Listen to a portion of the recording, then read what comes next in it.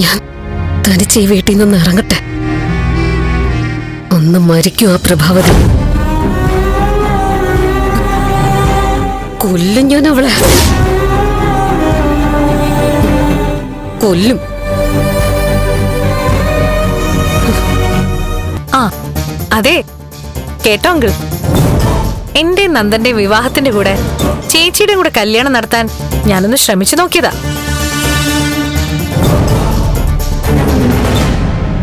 പക്ഷെ ഉദ്ദേശിച്ച പോലെ കാര്യങ്ങൾ നീങ്ങിയില്ല. ഒരു പെർഫെക്റ്റ് കക്ഷിയെ നമ്മുടെ രജനി ചേച്ചിക്ക് വേണ്ടി ഞാനൊന്ന് കണ്ടെത്തി.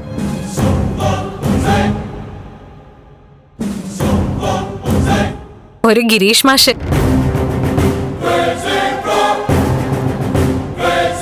സ്കൂൾ അധ്യാപകനാ. പക്ഷെ രജനി ചേച്ചി ഒട്ടും താല്പര്യം കാണിച്ചില്ല അങ്കിൾ.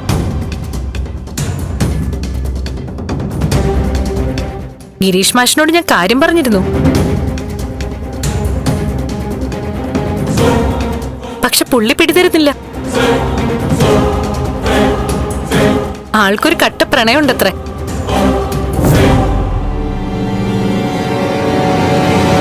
പത്ത് വർഷത്തോളമായ മൂത്ത് നരച്ചൊരു പ്രണയം.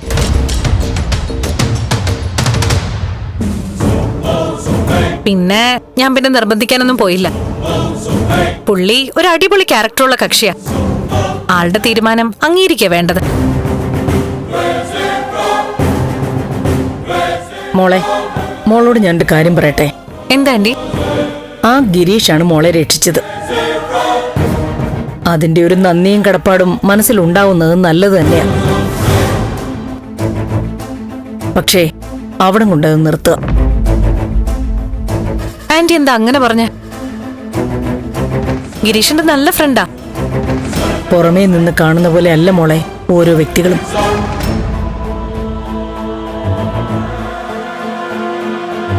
അല്ല, മോൾക്ക് തന്നെ അത് അറിയാലോ.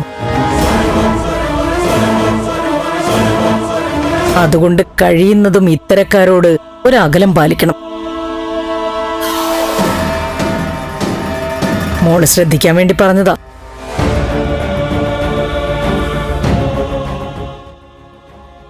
ഈശ്വര, എന്തൊക്കെയാ നടക്കുന്നേ? നമ്മുടെ പേര് അമ്പലത്തിലെ രജിസ്റ്ററിൽ ഇല്ലെന്നാണോ നന്ദു? ആ, അയാൾ അങ്ങനെ പറയുന്നേ. അതെങ്ങനെ പറയാൻ പറ്റും? ക്ഷേത്രത്തിൽ നിന്ന് കിട്ടിയ വിവാഹ സർട്ടിഫിക്കറ്റ് നിന്റെ കയ്യിലിരിക്കല്ലേ? നമ്മൾ പോയി വാങ്ങിക്കൊണ്ട് വന്ന പേപ്പർ നീയല്ലേ സൂക്ഷിച്ചു വെച്ചിരിക്കുന്നത്? എടാ, അതെവിടാണെന്ന് അറിയില്ല.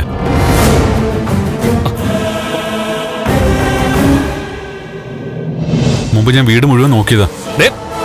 ഒറ്റ കീറി വെച്ചെന്നല്ലോ, കാണാനില്ല പോലും. ദേവികെ, ഇത് വലിയ ചതിയാ. കാര്യങ്ങൾ ആകെ കുഴപ്പത്തിലേക്കാ പോകുന്നത്.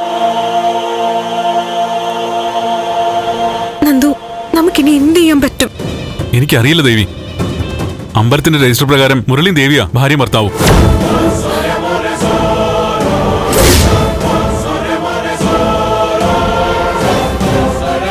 നന്ദ, ഞാൻ തുറന്നു പറയാം, ഇതിന്റെ പുറകിൽ നിന്റെ അമ്മ തന്നെയാ.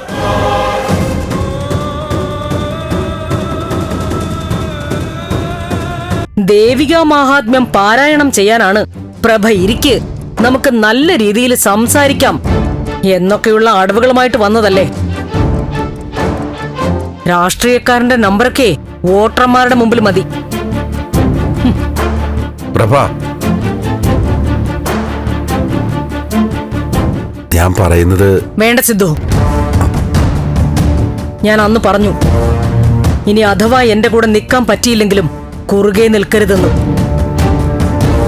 അച്ഛന്റെയും മക്കളുടെയും ആഗ്രഹങ്ങൾ മാത്രം നടന്നാ മതി. അമ്മയ്ക്ക് ആഗ്രഹങ്ങളൊന്നും പാടില്ലല്ലോ. സിദ്ധു, ഞാൻ 1000 വട്ടം പറഞ്ഞു, വേറെ ഒരു കാര്യവും ഞാൻ ഇനി ആവശ്യപ്പെടില്ല. ഈ ഒരു കാര്യം മാത്രം നടത്തി തന്നാ മതി. അതിനുവേണ്ടി എന്നോടൊപ്പം നിൽക്കണമെന്ന്. എന്റെ പ്രഭ, നടത്താൻ പറ്റുന്ന ആഗ്രഹങ്ങളല്ലേ സാധിച്ചു തരാൻ പറ്റൂ. നന്ദനും ദേവികയും താലികെട്ടി ഒന്നായവരാ, മനസ്സുകൊണ്ട് ഒന്നാ. അങ്ങനെയുള്ള രണ്ടുപേരെ പിരിക്കാൻ പറ്റുമോ? ഇനി അഥവാ പിരിച്ചാലും ദൈവം പൊറുക്കോ? തന്റെ പിടിവാശി കുടുംബത്ത് പ്രശ്നം ഉണ്ടാക്കാൻ മാത്രമേ സഹായിക്കൂ. എന്താ പറഞ്ഞേ? പിടിവാശിയോ? ഇവിടെ പിടിവാശി കാണിക്കുന്നതേ നിങ്ങളൊക്കെയാ സിദ്ധു. ഞാൻ കാണിക്കുന്നതേ മുൻപ് തീരുമാനിച്ച ഒരു കാര്യം നടത്തിയെടുക്കാനുള്ള ശ്രമം മാത്രം. നടക്കാത്ത കാര്യങ്ങൾക്ക് വേണ്ടി ശ്രമിച്ചാൽ അവസാന സമയനഷ്ടവും മാനനഷ്ടവും മാത്രമായിരിക്കും മിച്ചം. സിദ്ധു ഇപ്പൊ പറഞ്ഞതിൽ ഒരു വെല്ലുവിളിയുടെ സ്വഭാവം ഉണ്ടല്ലോ. വെല്ലുവിളിയാണെങ്കിൽ വെല്ലുവിളിയായിട്ട് തന്നെ എടുക്കാം.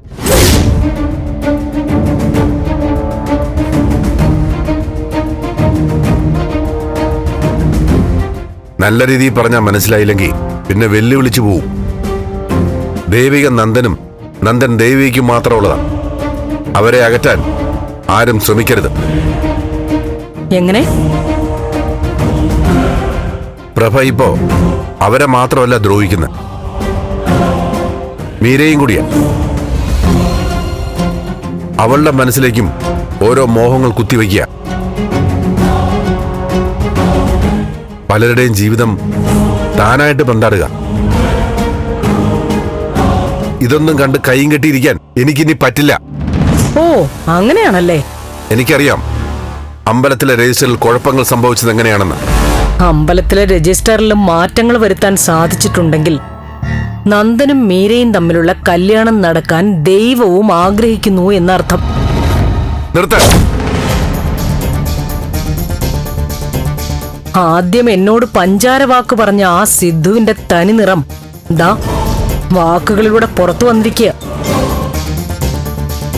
സിദ്ധു, മീര ആത്മഹത്യ ചെയ്യാൻ ശ്രമിച്ച കാര്യം പോലും ഞാൻ ബലരാമനെ അറിയിച്ചിട്ടില്ല. കാര്യം എന്താണെന്ന് അറിയാമോ? നന്ദനും മീരയും തമ്മിലുള്ള വിവാഹ കാര്യത്തിൽ ഒരു ചെറിയ ഉലച്ചില് പോലും വന്നിട്ടുണ്ടെന്നും ബലരാമൻ അറിയാൻ പാടില്ല. ബലരാമനും മീരയും കൂടി കാര്യങ്ങളൊക്കെ തീരുമാനിച്ചു കഴിഞ്ഞു. അതിനെ അംഗീകരിച്ച് നമ്മൾ കൂടെ നിൽക്കണം. അതങ്ങ് പള്ളി പോയി പറഞ്ഞാ മതി. എന്താ പറഞ്ഞ സിദ്ധു? കേട്ടില്ലേ? വ്യക്തമായിട്ട് പറയാം. ആഗ്രഹം സാധിച്ചു കൊടുക്കാൻ കൂടെ നിൽക്കണമെന്ന്. ഇതാണ് ആഗ്രഹം. ഇതിന്റെ പേര് ഭ്രാന്തെന്നാ. ഭ്രാന്ത്. ജീവിതത്തിൽ എത്രയോ നല്ല കാര്യങ്ങൾ ചെയ്യാനുണ്ട്. ഇവിടെ ഇപ്പൊ നേരം വെളുത്താ തുടങ്ങും ഗവേഷണം.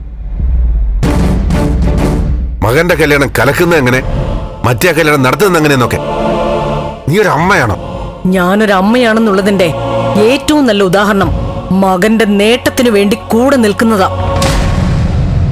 പക്ഷെ ഒരച്ഛൻ മകനെ പടുകുഴിയിലേക്ക് തള്ളിയിടാൻ നോക്കുന്നത് ലോകത്ത് ഇവിടെ മാത്രമേ കാണൂ. മതി, കൂടുതൽ സംസാരിക്കണ്ട.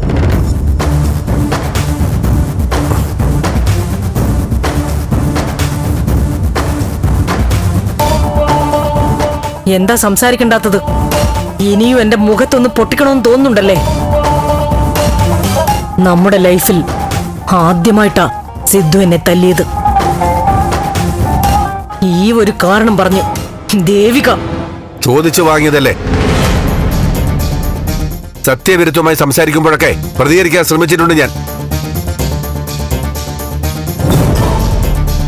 ഇപ്പൊ വിവാഹം കഴിഞ്ഞ നമ്മുടെ മകന്റെ ജീവിതം വെച്ചാ താനിപ്പോ കളിക്കുന്നേ. അല്ല, അവന്റെ നല്ല ഭാവിക്ക് വേണ്ടിയാ ഞാൻ ഈ ചെയ്തു കൂട്ടുന്നതൊക്കെ. എന്താ എന്താ കാര്യം? എന്താ കാര്യമൊന്നോ? നിനക്ക് ഇവിടുത്തെ കാര്യങ്ങളൊന്നും അറിയില്ലേ? നിന്റെ കാര്യം തന്നെ. അബദ്ധങ്ങൾ മാത്രമേ ചെയ്തു കൂട്ടുന്നുള്ളൂ.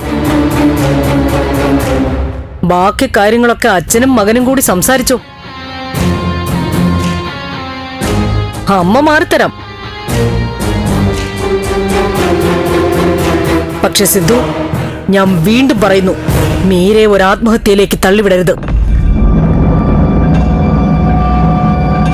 ഈ ചന്ദ്രോത്ത് കുടുംബം വാർത്തകളിൽ വരരുത്.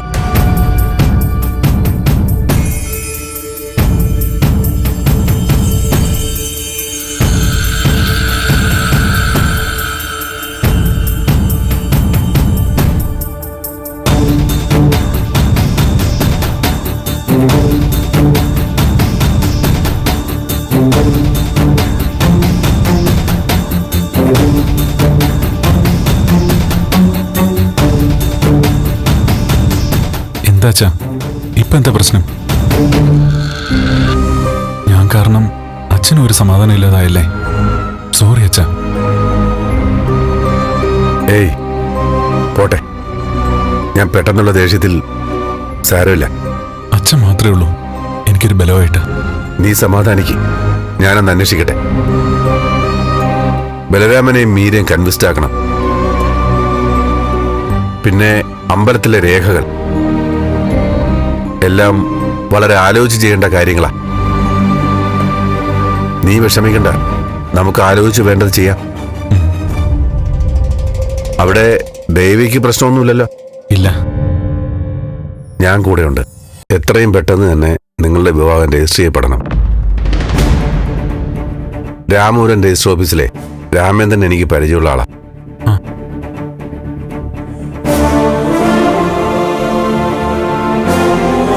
ഞാൻ കാര്യങ്ങളൊക്കെ വിളിച്ചു പറഞ്ഞിട്ടുണ്ട്. പുള്ളിയെല്ലാം ചെയ്തു തരാൻ നേരിട്ടുണ്ട്. ഞാൻ പുള്ളിയൊന്ന് വിളിക്കാം.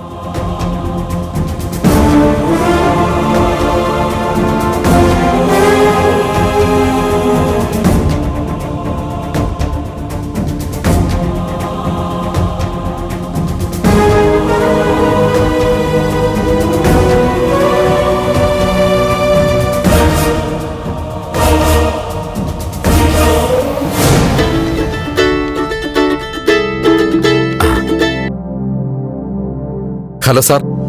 ആ രാമേന്ദ്ര, ഞാൻ രാമേന്ദ്രന്റെ നമ്പർ എന്റെ മോന്റെ കൈ കൊടുക്കുക. ഡോക്യുമെന്റ്സ് എന്തൊക്കെയാ കൊണ്ടുവരേണ്ടതെന്ന് അവനോട് പറഞ്ഞാൽ മതി. Okay sir. അദ്ദേഹത്തോട് നേരിട്ടൊന്ന് വരാൻ പറഞ്ഞാൽ കൂടുതൽ നന്നായിരുന്നു. ഇവിടെ ഇരുന്നതിന് എല്ലാ കാര്യങ്ങളും ക്ലിയർ ചെയ്യാം. രജിസ്ട്രേഷൻ എന്ന് നടത്താമെന്ന് നമുക്കപ്പോൾ തന്നെ തീരുമാനിക്കാം. എങ്കിൽ ഒരു കാര്യം ചെയ്യാം, അവന്റെ കൂടെ ഞാനും അങ്ങോട്ട് വരാം. അയ്യോ, സാറ് ബുദ്ധിമുട്ടണമെന്നില്ല. കാര്യങ്ങൾ ഞാൻ ചെയ്തു കൊടുക്കാം. എന്ത് ബുദ്ധിമുട്ട്?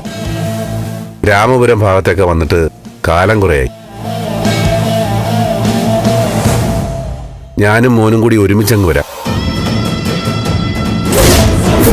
Ramapuram register office.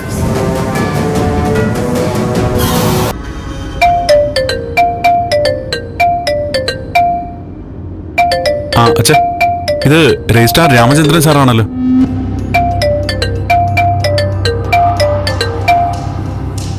അച്ഛൻ സംസാരിക്കും. ഹലോ സാറ് പുറപ്പെട്ടോ? അങ്ങോട്ട് വന്നോണ്ടിരിക്കുക. ഏറിയാൽ ഒരു അരമണിക്കൂർ, അതിനുള്ളിൽ അവിടെ എത്തും. സാറ് ക്ഷമിക്കണം. എന്താ രാമേന്ദ്ര? എത്രയും പെട്ടെന്ന് മകന്റെ കല്യാണം നടത്താൻ പാകത്തിന് കാര്യങ്ങൾ നീക്കുമായിരുന്നു. ആ അതങ്ങനെയാണല്ലോ. പക്ഷേ കുറച്ചു മുമ്പ് ഞങ്ങൾക്കൊരു മെയിൽ കിട്ടി സാർ. എന്ത് മെയിൽ? ആ കുട്ടി ദേവിക മുൻപ് മുരളി എന്നൊരാളുമായി മതാചാരപ്രകാരം അമ്പലത്തിൽ വെച്ച് വിവാഹിതരായതിന്റെ രേഖകൾ ഇവിടേക്ക് മെയിൽ ചെയ്തിട്ടുണ്ട്.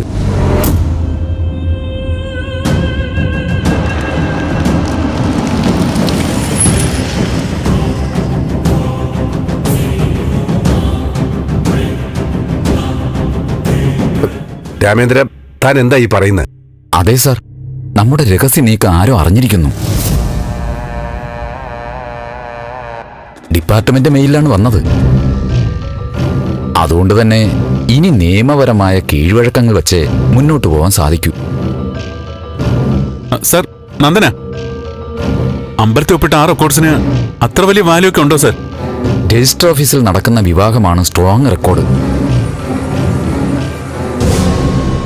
പക്ഷേ ഇങ്ങനെ ഒരു മെയിൽ വന്ന സ്ഥിതിക്ക് നമുക്കതിന്റെ ചില ക്ലാരിഫിക്കേഷൻ കിട്ടിയിട്ടേ വിവാഹം രജിസ്റ്റർ ചെയ്യാൻ പറ്റുള്ളൂ സർ.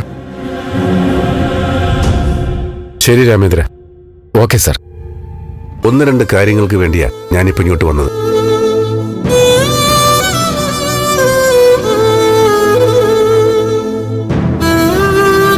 ഒന്ന്, മുരളിയോടും ഗൗരിയോടും ഭാർഗവിയോടും ഒക്കെ ക്ഷമ പറയുക. അയ്യോ സാർ എന്താ ഈ പറയണത്? അങ്ങനെയൊന്നും പറയരുത്. സാറിന്റെ വിഷമം ഞങ്ങൾക്കറിയാം. ഞങ്ങളോട് ഇഷ്ടം കൊണ്ടാണല്ലോ ഇപ്പൊ ഇങ്ങോട്ട് വന്നത് തന്നെ. അതിനപ്പുറം ഞങ്ങൾക്ക് ഒന്നും വേണ്ട. അല്ലെങ്കിൽ തന്നെ സാർ എന്തിനാ ക്ഷമ പറയുന്നത്? ഒരു കുടുംബനാഥൻ എന്ന നിലയ്ക്ക് ഒരു വീട്ടിൽ നടക്കേണ്ട കാര്യങ്ങൾക്ക് ഒരു പരിധിവരെ ഉത്തരവാദിത്വം ഗൃഹനാഥനും കൂടിയാണ്. വാസ്തവത്തിൽ നിങ്ങൾക്ക് ഇത്രയും വലിയ നഷ്ടം സംഭവിച്ചിട്ടും ബന്ധങ്ങൾ നോക്കിയാവാം ഒരു കേസ് പോലും കൊടുത്തില്ല.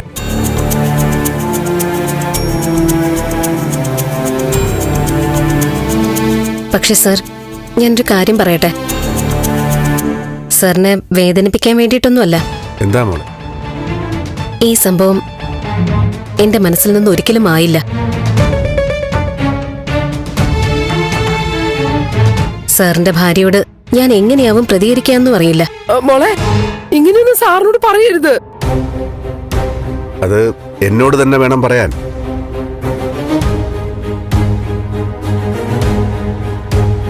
ഞാനൊരു ജനപ്രതിനിധിയും കൂടിയാ. നാട്ടുകാരുടെ പ്രശ്നങ്ങൾ പരിഹരിക്കേണ്ട ആളാ. എന്റെ വീട്ടിൽ ഇങ്ങനെയൊക്കെ ആണെങ്കിൽ സാധാരണ ജനത്തിന് എങ്ങനെയാ നീതി കിട്ടുക?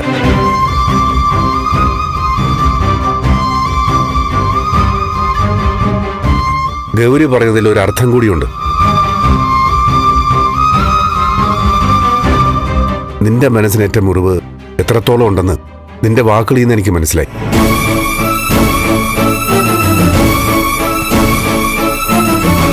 നീ പ്രഭയോട് പ്രതികരിക്കുന്ന കാര്യം പറഞ്ഞു. ഏത് തരം പ്രതികരണവും ആവാം.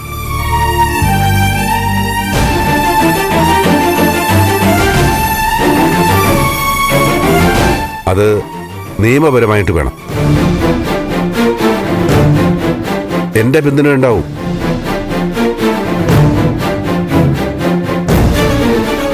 അർഹിക്കുന്ന ശിക്ഷ നിയമം കൊടുക്കും. നിയമത്തിന് മുന്നിൽ ആരും അതീതരല്ല. അത് ഈ MLA ആയാലും എന്റെ ഭാര്യ പ്രഭാവതി ആയാലും ഈ ഇരിക്കുന്ന അംഗനവാടി ടീച്ചർ ഗൗരി ആയാലും. അത് ഗൗരിക്ക് അത്രയും വേദന തോന്നിയതുകൊണ്ട് അവളെന്ന് അങ്ങനെ പറഞ്ഞത്. എനിക്കറിയാം.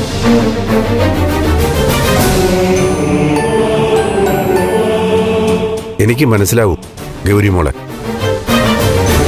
ചന്ദ്രോത്തെ അടുക്കളക്കാരിയുടെ മരുമോളുടെ വേദന സാറിന് മനസ്സിലായിട്ടും സ്വന്തം മരുമോളുടെ വിഷമം എന്താ മനസ്സിലാവാത്തെ?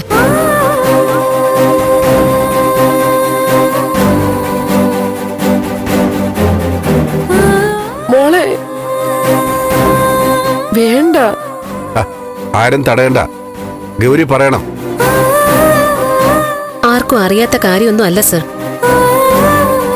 മുമ്പൊരിക്കൽ മുരളീട്ടിന്റെ ഭാര്യയുടെ വേഷം കെട്ടി ഈ വീട്ടിൽ കഴിഞ്ഞിരുന്നൊരു പെൺകുട്ടിയെ സിദ്ധാർത്ഥൻ ചന്ദ്രോത്ത് എന്നൊരു ജനപ്രതിനിധി സ്വന്തം വീട്ടിലേക്ക് കൂട്ടിക്കൊണ്ടുപോയൊരു കഥ പിന്നീട് കേട്ട് ഞാൻ അങ്ങയെക്കുറിച്ച് പുകഴ്ത്തി പറഞ്ഞിട്ടുണ്ട്.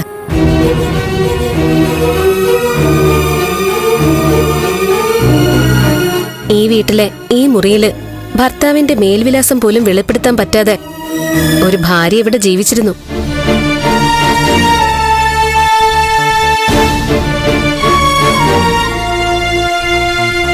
ഭർത്താവിന്റെ വീടിന്റെ പടി ചവിട്ടാൻ പോലും പറ്റാതെ ത്രിശങ്കു സ്വർഗത്തിലാ അവൾ ഇപ്പോഴും.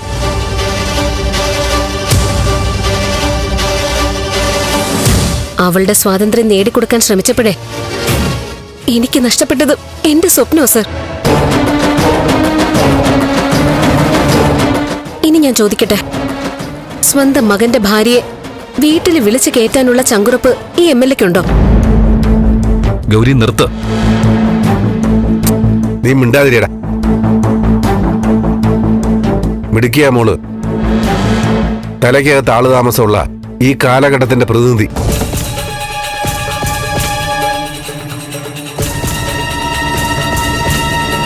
മോളെ, എന്റെ വീട്ടിലേക്ക് എന്റെ മരുമകളെ കൂട്ടിക്കൊണ്ടുപോകാനാ ഞാനിപ്പോ വന്നത്.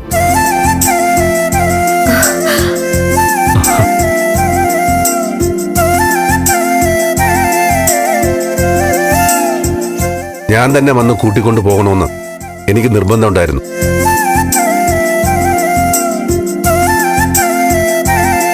ഇപ്പോ അതിന് സമയമായി.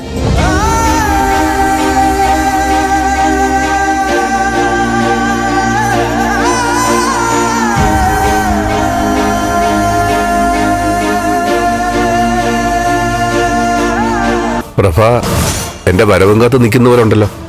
അതെ, റിസൾട്ട് എന്തായി? ചെക്കപ്പ് ഒക്കെ നടന്നോ? അതോ ആശുപത്രിയിൽ തിരക്കായതുകൊണ്ട് മടങ്ങിപ്പോന്നോ?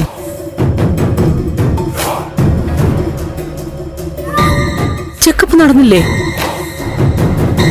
എല്ലാം നടന്നു. സമ്പൂർണ്ണ വിജയമായിരുന്നു. റിസൾട്ടും കിട്ടിയിട്ടുണ്ട്.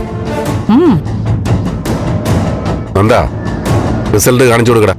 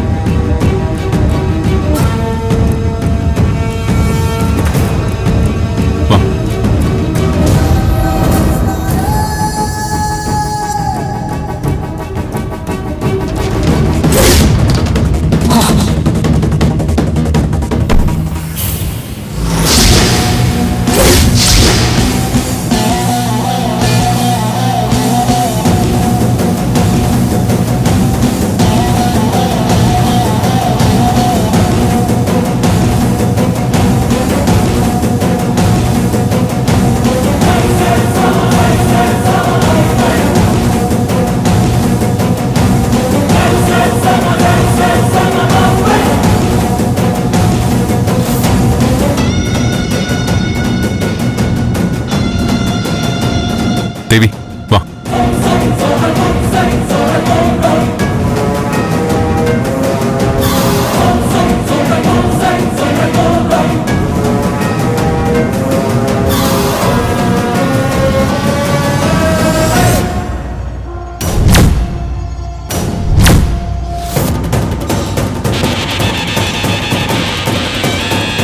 പ്രഭ,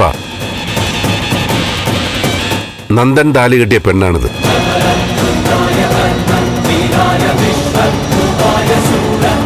അവൾക്ക് അവകാശപ്പെട്ട സ്ഥലത്ത് അവൾ വന്നിരിക്കുന്നു. സിദ്ധു, വെറുതെ ബഹളം ഉണ്ടാക്കണ്ട. ഇനി അഥവാ ബഹളം ഉണ്ടാക്കാനാണ് താൻ ഉദ്ദേശിക്കുന്നെങ്കിൽ ഞാനും രണ്ടും കൽപ്പിച്ചാ നിൽക്കുന്നത്.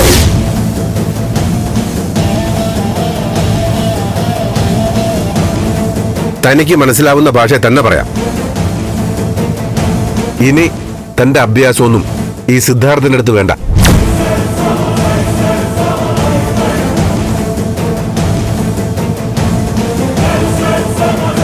നീ വിജയിച്ചു അല്ലേ? ഇനിയും പരാജയപ്പെടാൻ ഈ അച്ഛൻ സമ്മതിക്കുന്നില്ല ആന്റി. അമ്മേ, ദേവി. വേണ്ട, കൂടുതൽ വിശദീകരണമൊന്നും വേണ്ട. ഒന്നോർത്തോ, രക്ഷകരെപ്പോഴും കൂടെ ഉണ്ടാവില്ല. ഇനി എന്നെ രക്ഷിക്കാൻ എനിക്കറിയാം. ഗൗരിയെ തള്ളി വീഴ്ത്തിയതുപോലെ എന്നെ വീഴ്ത്താന്നും കരുതണ്ട.